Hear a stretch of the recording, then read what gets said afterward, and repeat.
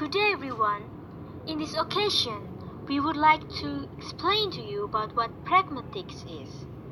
In many ways, pragmatics is the study of invisible meaning, or how we recognize what is meant even when it isn't actually said or written. For example, when there's a banner that says baby and toddler, we can recognize an advertisement for sale of clothes for those baby and toddlers.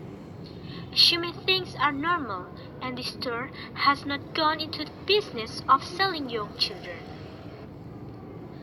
The word clothes doesn't appear in the message, but we can bring that idea to our interpretations of the message as we work out what the advertisers intended us to understand. We are actively involved in creating an interpretation of what we read and hear.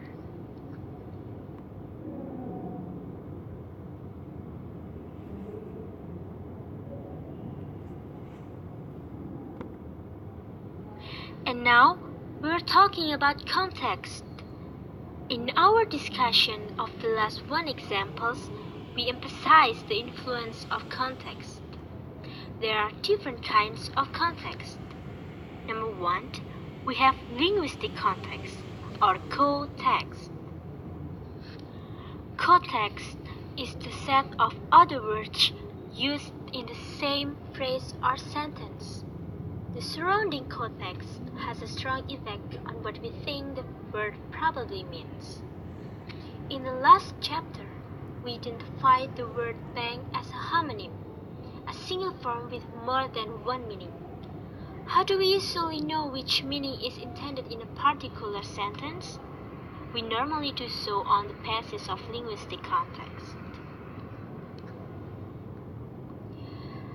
If we hear someone say that she has to get to the bank withdraw some cash, we know from linguistic context which type of bank is intended.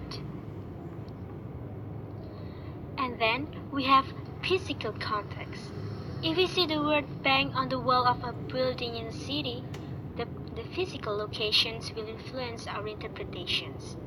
While this may seem rather obvious, when we should keep in mind that it's not the actual physical situations out there that it constitutes the context for interpreting words or sentences.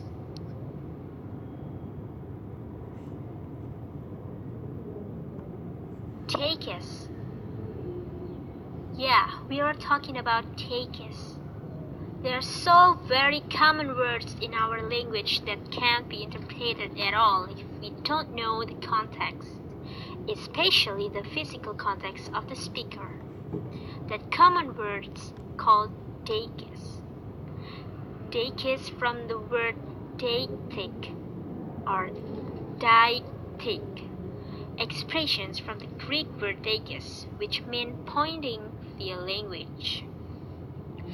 We have to know what is they are talking about. We have to know the subject or the topic to understand what the speaker are saying. When we were talking about something and then we say him or her, we have to know what who we are talking about. Who is him and who is her in our own mind.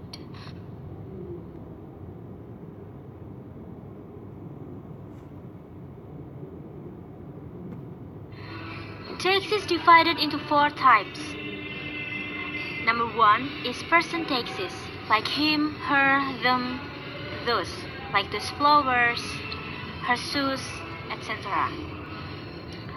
And then we have pointing things texts, like this, it, and this, these flowers, these chairs, etc.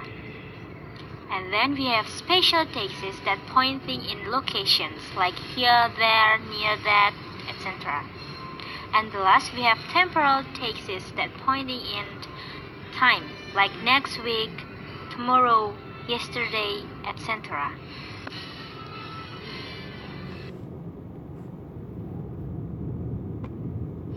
And now we were talking about difference.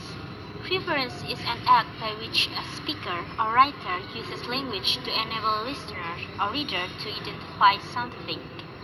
In discussing texts, we assume that the use of words to refer to people, places, and times was a simple matter.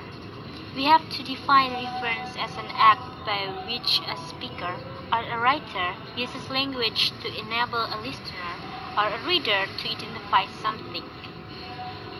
We use proper names like Mark, Irene, and Holly to pronounce the singers, the dancer, and the dog. To refer that names, we use person tenses, he, she, and it.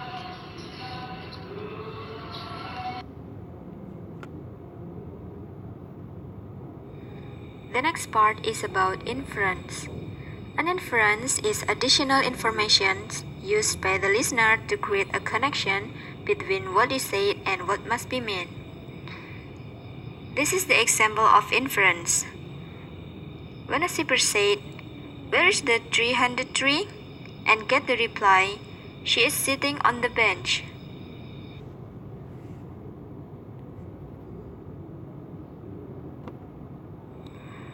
The next part is anaphora. Anaphora is referring back or make referring to a word. The example of anaphora is in this sentence. I saw a man who walked with a puppy. The puppy walked beside the man.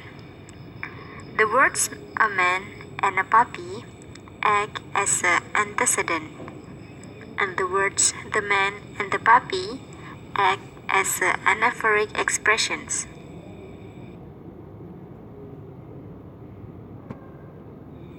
The connection between antecedent and anaphoric expression. Anaphoric expression is used like a pronoun, but it is not a pronoun.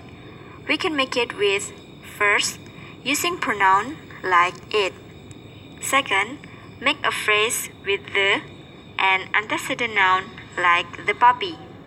Third, add another noun that is related to the antecedent, like the small puppy.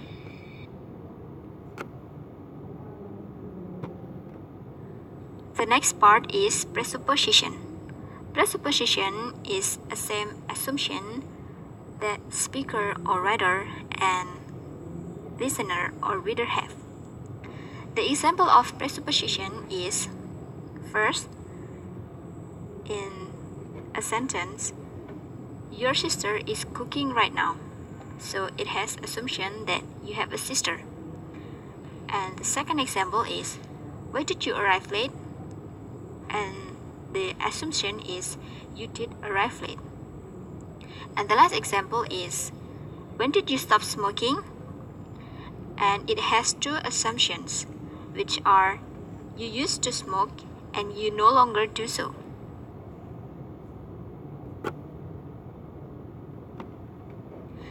Identifying a presupposition.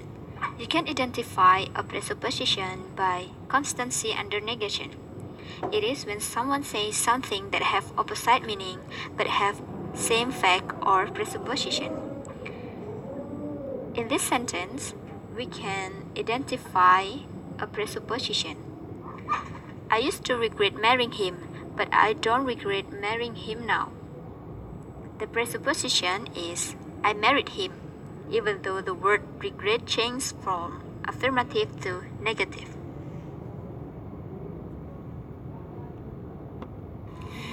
Direct and indirect speech act. 1. Direct speech act. An utterance is seen as direct speech act when there is a direct relationship between the structure and the communicative function of the utterance. The following examples show that the form corresponds with the function. Do you wear a seat belt?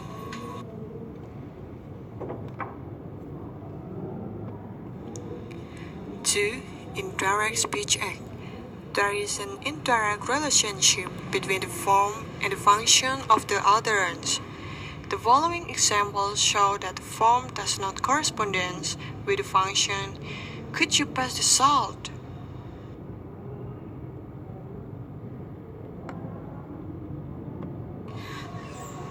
Politeness. Politeness can be defined as showing awareness and consideration of another person's face. Example of politeness: 1. A student to teacher. Student: Excuse me, Mr. Buckingham, but can I talk to you for a minute? 2. Friend to friend. Hey Bucky, got a minute?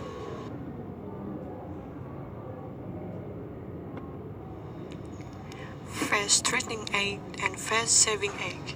A face threatening act is when you say something that represents a threat to another person's self-image. A face saving act is when you say something that lessens the possible threat to another's face.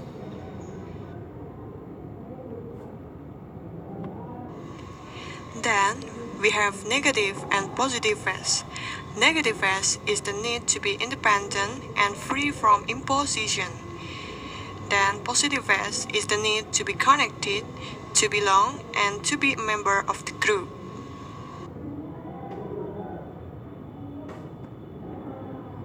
So, a face-saving act that emphasizes a person's negative face will show concern about imposition. I'm sorry to bother you. I know you're busy, but a face-saving that emphasizes a person's positive face will show solidarity and draw attention to a common goal. Let's do this together. You and I have the same problem, so